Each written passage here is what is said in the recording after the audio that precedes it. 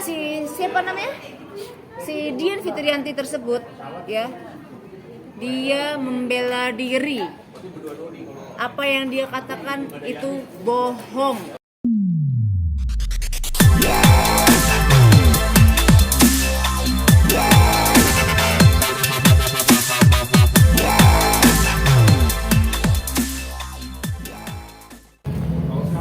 Kemarin dia dengan begitu energiknya ya mengatakan bahwa apa yang dia lakukan itu sudah sesuai prosedur dan sudah benar. Tapi yang perlu diketahui gini, permasalahan Sintiara Alona dengan Fitrianti Dian itu sebenarnya ada 3 duduk perkara. Pertama, permasalahan tentang jual 3 dong. 3 ya, 3. Yang pertama jual kos-kosan. Bukan yang pertama yang dia ngambil isi rumah saya yang di Primavera. Ya, terus yang Greenwich. kedua di rumah Greenwich Park. Oke, yang ketiga dia menjual aset saya berupa kos-kosan Ya. tanpa seizin saya. Oke, sama sebenarnya cuma dibalik aja ya. 3 Oke. 3 kasus yang baru dilaporkan hanya baru 1 dulu. Oke. Karena saya mengikuti kuasa hukum saya, yaitu diberesin 1 persatu. Gitu. Baik, saya mau tanggapin dulu yang pertama ya. Yang tadi kita mau mulai dari mana dulu nih yang pertama nih, anaknya nih. Kita yang dari masalah di Greenwich aja ya, yang kita udah melakukan. Kita ngikut aja. Jadi gini, permasalahannya gini mas. Apa yang diutarakan oleh Fitrianti Dian lawyernya itu kemarin itu dia hanya menceritakan tentang peristiwa yang ada di perumahan Primavera ya. Satu ya, ini yang Mbak Alona baru mengupayakan ada melakukan langkah upaya hukum itu yang di perumahan Greenwich. Sebenarnya udah bikin laporan polisi udah lama, bulan Agustus. Dasarnya apa? Waktu Mbak Alona tidak di tempat atau waktu itu lagi Di dalam menjalani proses ya kan? menjalani. Ditemukan fakta bahwa barang-barang Mbak Alona itu hilang di rumahnya Greenwich ya. Greenwich Cluster Sheffield ya. Terus Mbak Alona tanya dong, kalau misalkan kita punya rumah kan ada pembantu yang jaga nih, ada barang-barang yang hilang, yang barang-barang berharga lah branded. Kok ini barang-barang saya kok pada nggak ada? Nah, keterangan dari pembantunya itu diambil oleh Fitrianti Dian. Jelas kita ada rekamannya, kita jelas udah berapa kali telepon, jelas ada chatnya juga, ya. Tapi saya sebagai orang hukum sama tim nggak percaya begitu aja. Kita lakukan investigasi ke lapangan. Sebelumnya saya sudah datang secara etikat baik karena kita menghargai rekan sesama lawyer atau advokat. Saya pernah klarifikasi ke kantor hukumnya Fitrianti Dian benar. Tapi hanya saya klarifikasi, investigasi, saya menanyakan tentang hal itu. Pertama tentang kos-kosan, kedua tentang di perumahan di Primavera, yang ketiganya yang di Greenwich. Ini yang jadi masalah yang udah di LPK itu Greenwich ya. Nah, yang si Fitrianti Dian itu masalah di Primavera, dia mengakui dia datang, tapi katanya atas perintah Emma. Tapi Emma kebalikannya katanya, memang dia suruh tanda tangan katanya tanda terima. Oke, itu kita masih hold dulu. Tapi saya tanya, Mbak rekan Dian, apakah Anda ngerti atau paham tahu dan sebagainya tentang permasalahan barang-barang berharga yang hilang di perumahan Greenwich?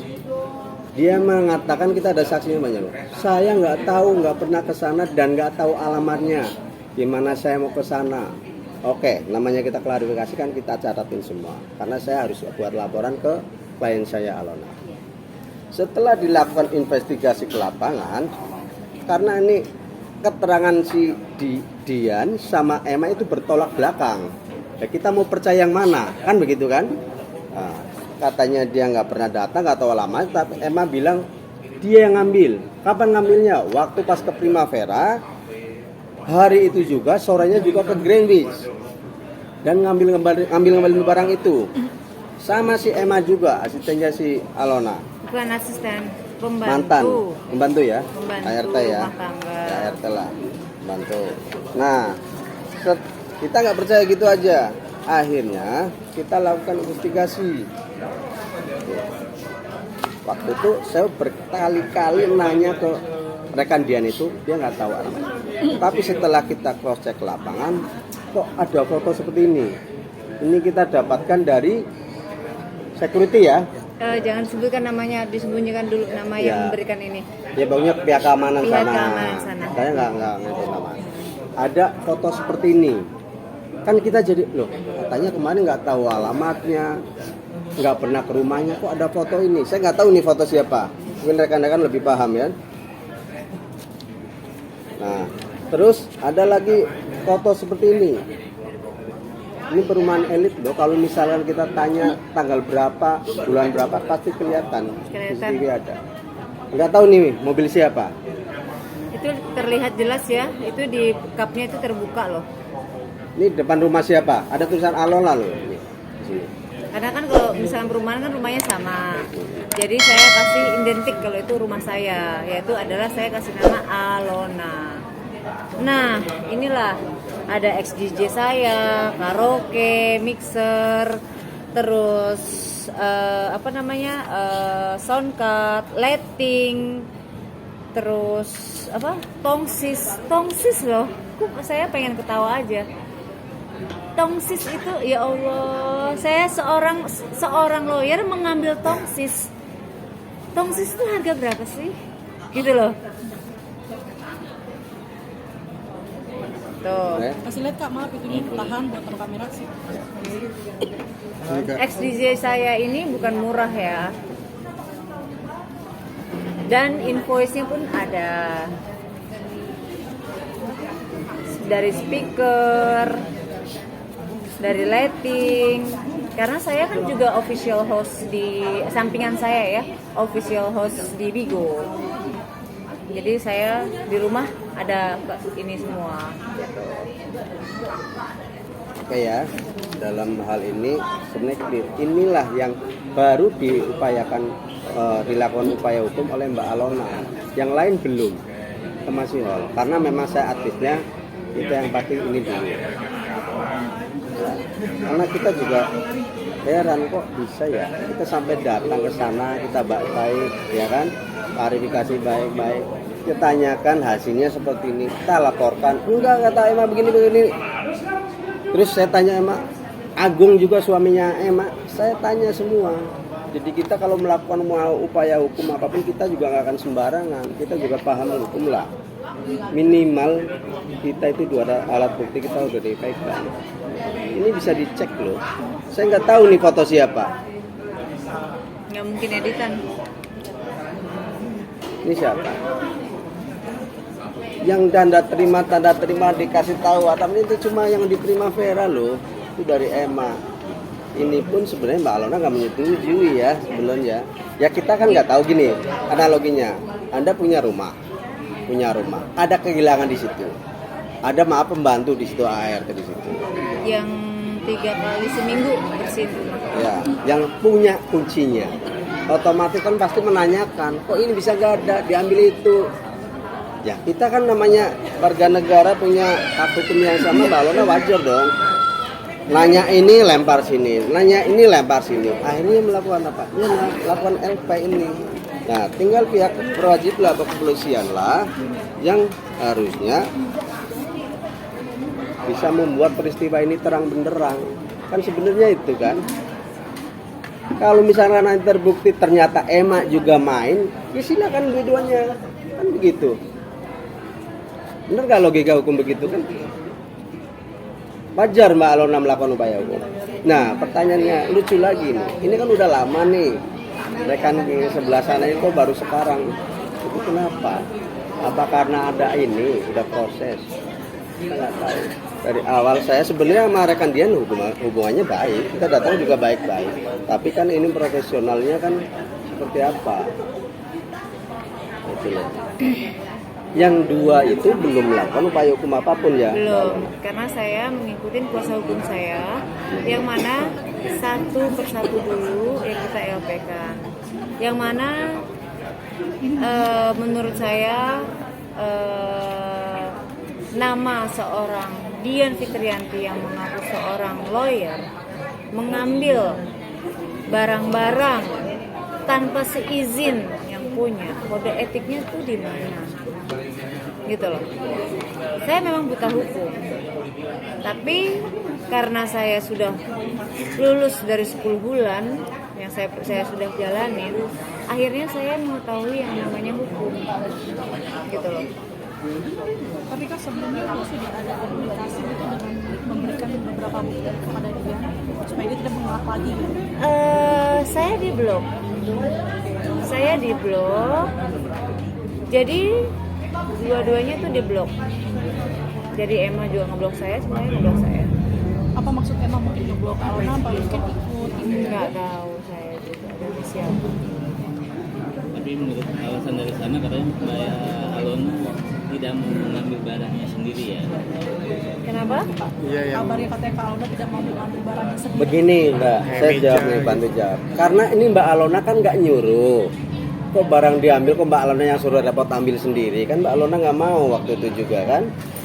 Waktu saya klarifikasi datang ke sana pun, Pak, rekan kalau bisa tuh diangkat lah. Nah, kita kan nggak ada amanah. Kita nggak amanah apapun suruh ngambil barang loh. Apalagi mau dikasih uang itu loh. Yang permasalahan kos-kosan itu yang 7,5 juta loh. Saya kan konfirmasi, Mbak ini katanya enggak. Kita nggak ada amanah.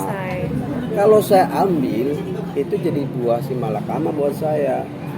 Klien nggak nyuruh, kok saya main ambil, berarti taunya urusan clear dong. Apa nggak saya yang disalahkan? Kan gitu aja kan. Satu masalah kemarin juga yang pertama masalah HP. Saya datang ke sana nggak ngambil apa-apa rekan Dian, nggak ada apa.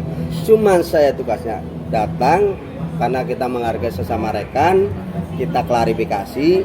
Apa yang dia utarakan coba saya cek juga barang-barangnya benar. Kalau barang-barang yang yang di waktu itu di konferensi pers benar, saya pernah lihat itu barang ada. Tapi yang jadi masalah Mbak Alona itu barang-barang berharga itu bukan di Primavera loh, tapi di perumahan Greenwich ya, di Cluster City. Yang tadi ada fotonya ini, yang katanya nggak tahu alamatnya, nggak pernah datang. Emang kasih penjelasan pas hari itu juga ngambil di Primavera, sorenya datang ke sono rumah satu terus balik lagi itu loh. Makanya Mbak Alona kan gimana nggak marah orang yang satu ditanya bikin lempar sini, yang satu ditanya begini. Coba apa yang harus dia lakukan? Mau kan melaporkan lah. Jujur sebelum itu sebenarnya saya itu mau musyawarah dalam arti kalau memang pernyataannya dia itu diamankan, otomatis harus dikembalikan, betul. Tapi kenapa malah mengeblok saya? Berarti kan tidak ada etikat baik, begitu loh. Dan itu hak saya.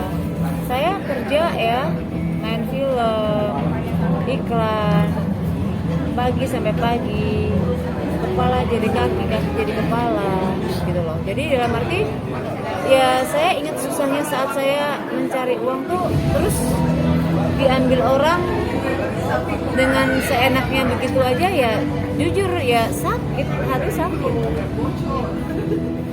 Tapi Kak tahu nggak sih Kak posisi barang-barang tersebut diamankan di mana gitu, atau mungkin nggak ada ikat untuk langsung aja ngambil? Kalau yang ini justru saya nggak tahu.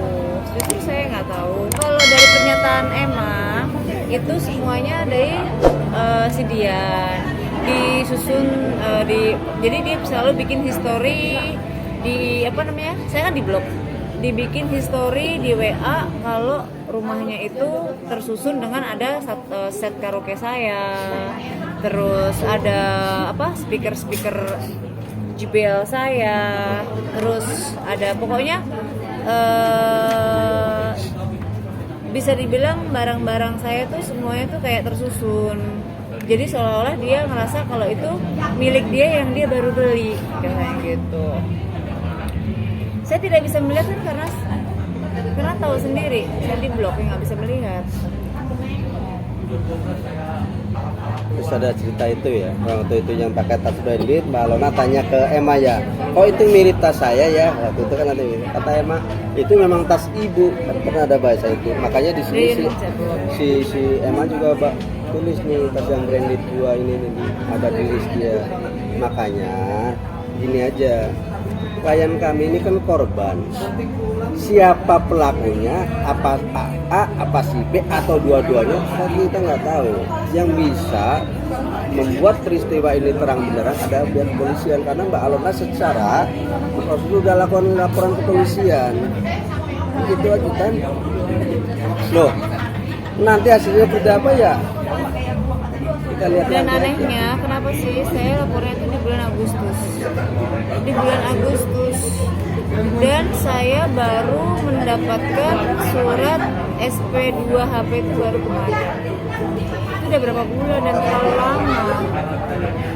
Oke lah, kalau dari pihak berwajib harus berhati-hati, karena yang saya laporkan ini adalah posisinya pengacara. Saya berikan waktu, gitu loh. Tapi sampai sekarang perkembangannya pun nggak ada hasilnya. Karena saya merasa dirugikan, dan ini juga merasa bukan uang kecil. Jadi walau sampai manapun, sampai titik akhir pun, tetap saya akan tuntaskan. Kira-kira berapa nominal kerugiannya, Pak? Yang kita hitung waktu itu. Oh, Mbak Alona yang itu sampai sekarang yang di laporan. Yang bikin laporan Yang di mana nih? Total keseluruhan. Sama Fitridian, yang sama Fitri itu. Atau mungkin Ya. baru laporan ini aja dulu. Ya satu-satu dulu ya Mas ya. Di sini Mbak Alona langsung loh lapornya Alona. Karena Mbak Alona udah benar-benar gregetan nih mungkin ya kan. Ibaratnya di sini udah jelas loh. Kalau menurut keterangan Mbak Alona itu, karena beliau yang punya barang dan juga kan yang tahu nyimpennya di mana-mana, itu hampir 3 M-an loh. Makanya disinilah nanti tugas kepolisian kan yang bisa, siapa sih sebenarnya harus yang bertanggung jawab. Alona udah ngomong ke saya, kalau memang pembantu saya ikut terlibat ya sekalian saja. Intinya Mbak Alona nggak pernah nyuruh ngambilin barang-barang di Grandi. tidak ada. Tidak pernah ada. Tidak Dan yang pernah saya ada. lucu, saya berapa kali klarifikasi ke si rekan Jian, nggak ngaku loh, gitu. Nggak tahu alamatnya. Ini ada foto-foto ini loh. Ini kita dapatkan nggak sembarangan loh, nggak asal kita turun loh. Saya ada bukti ke rekan ini.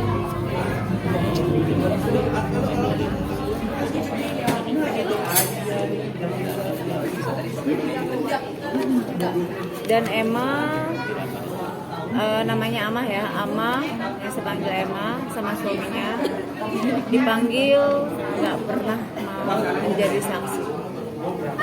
Kedua dipanggil pun nggak pernah menjadi saksi. Ketiga nggak pernah mau menjadi saksi. Jadi sebenarnya itu kan hak kasasi ya. Tapi saya yakin pihak berwajib tahu harus seperti apa. Karena kunci utamanya itu adalah di amahnya. Kenapa?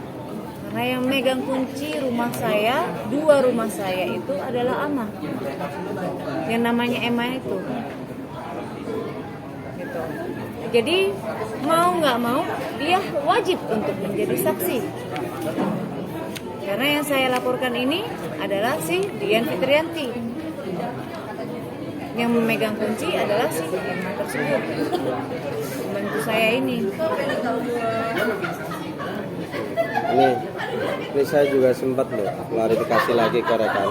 Menurut keterangan rekan dan tim, kan ambil barangnya hanya sesuai di tanda terima kan ya? Iya.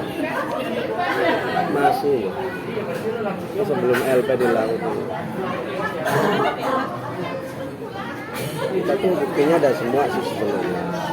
Kan Kita dari datang yang di 3 M itu keseluruhan atau baru yang laporan pertama ini? Baru laporan Yang pertama. dikirim.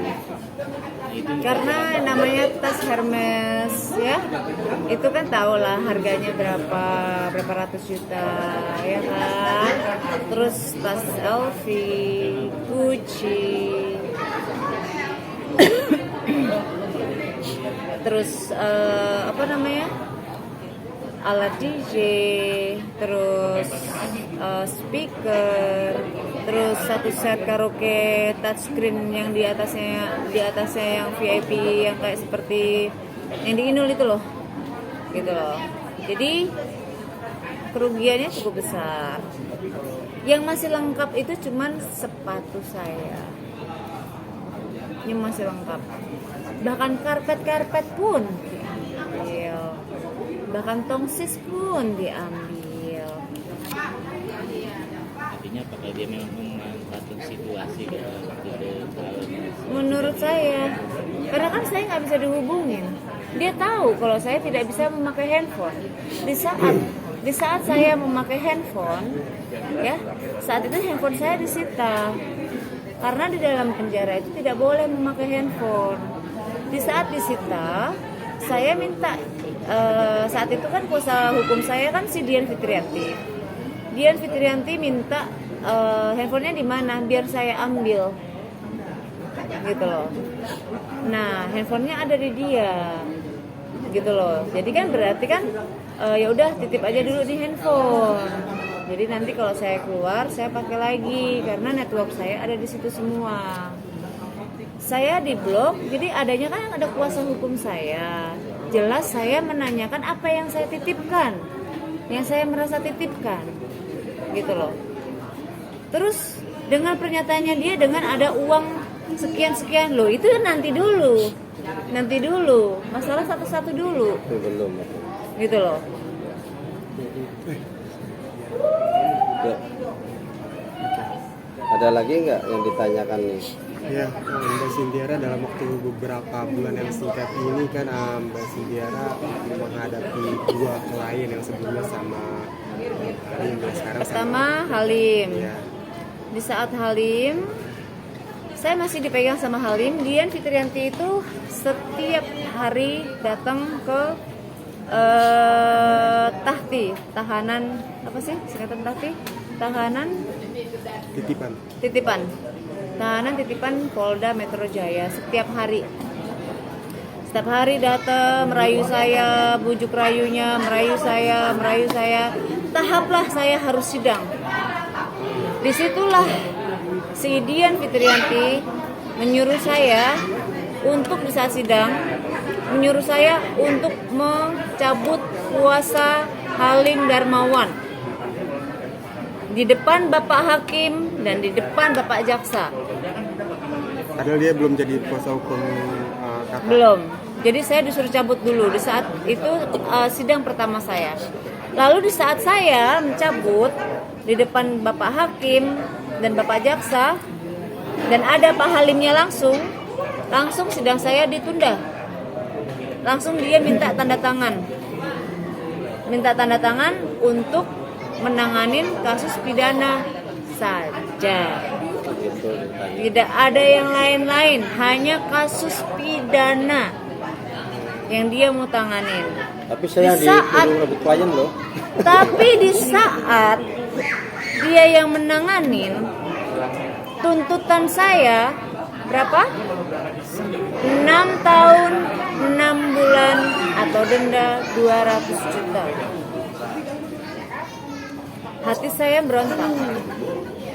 Hati saya berontak karena apa? Saya bukan pembunuh, saya bukan pengedar narkoba, saya bukan pemakai narkoba. Saya tidak terima dengan dihukum seperti ini.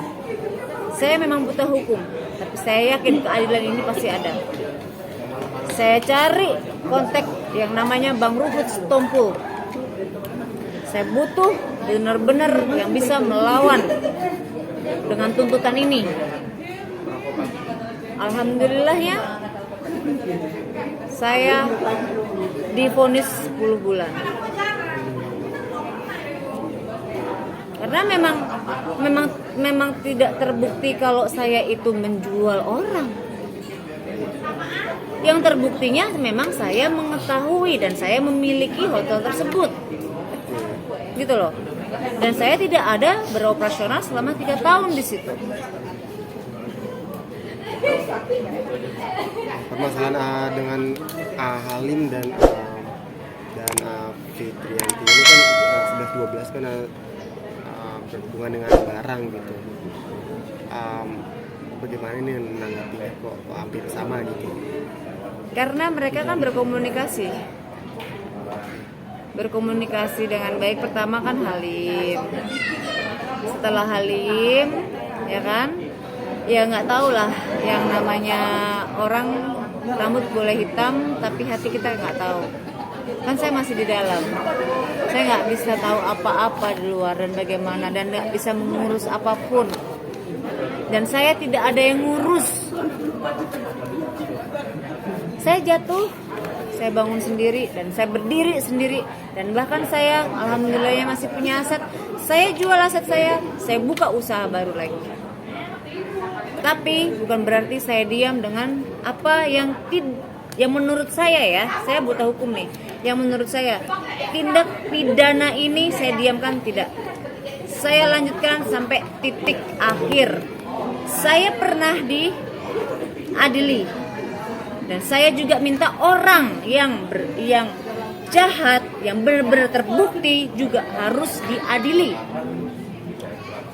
Itu. Jadi kan sempat bilang mereka komunikasi gitu, itu dugaan belaka atau gimana? Emang bener ada komunikasi? Ya, taunya ya jelas saya tidak tahu. Dugaan ya pasti. Kenapa? Di saat persidangan itu kan online, ya kan? Jadi si Halim memegang adik saya, si Dian Fitrianti memegang saya. Jadi mereka itu kelihatan dari TV itu, mereka tuh berpelukan, salam-salaman, ketawa-ketawa, wah begini kelihatan. Saya ngeliat sendiri dari mata kepala saya sendiri. Ya sangat jelas dong saya menduga kalau mereka berhubungan baik.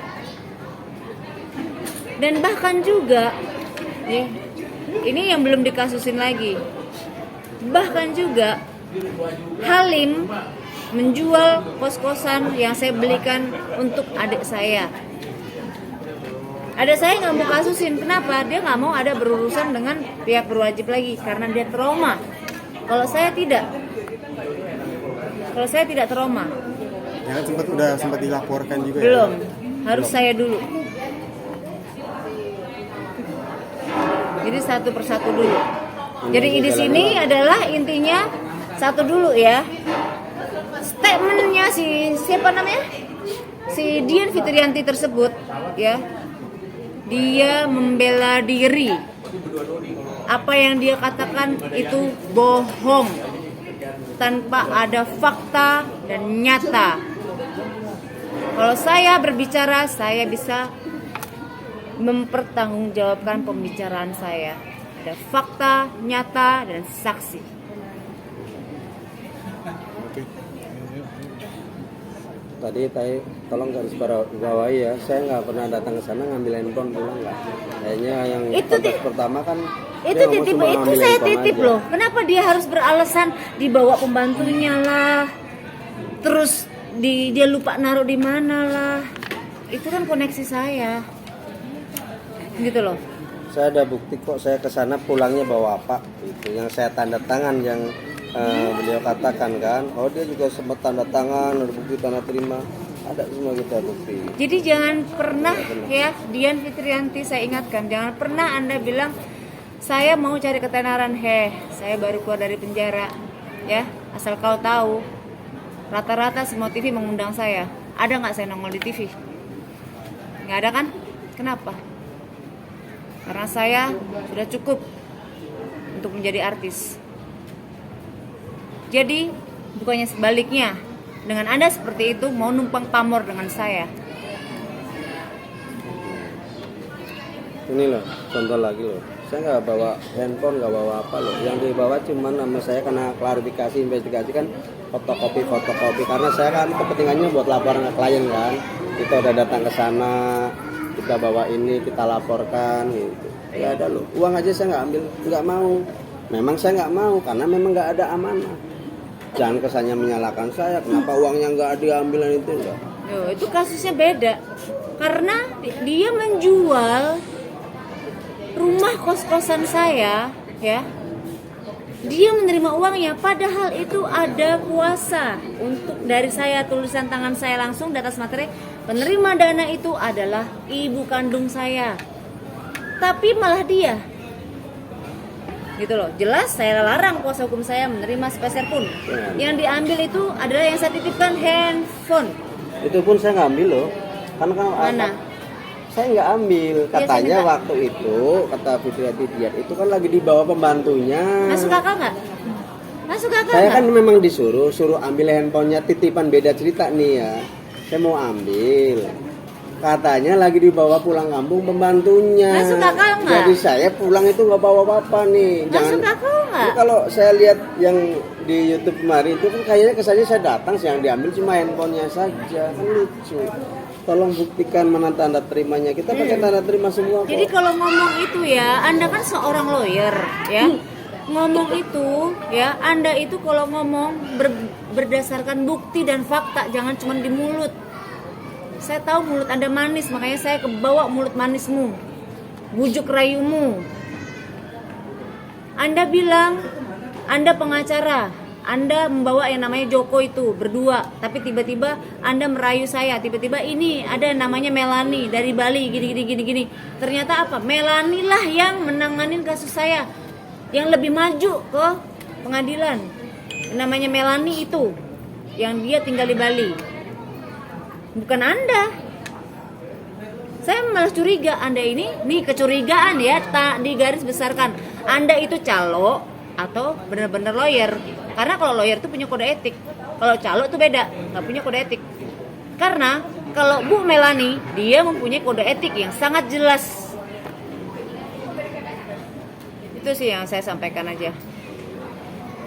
Oke. Salah satu lagi dari saya Kak, kalau untuk Emil sendiri tersebut mungkin ada niatan Kak Alona untuk melaporkan atau bagaimana, karena kan sejauh ini kan dia tidak mau menjadi saksi kan. Oh sudah menjadi saksi. Oh Sudah dan dan itu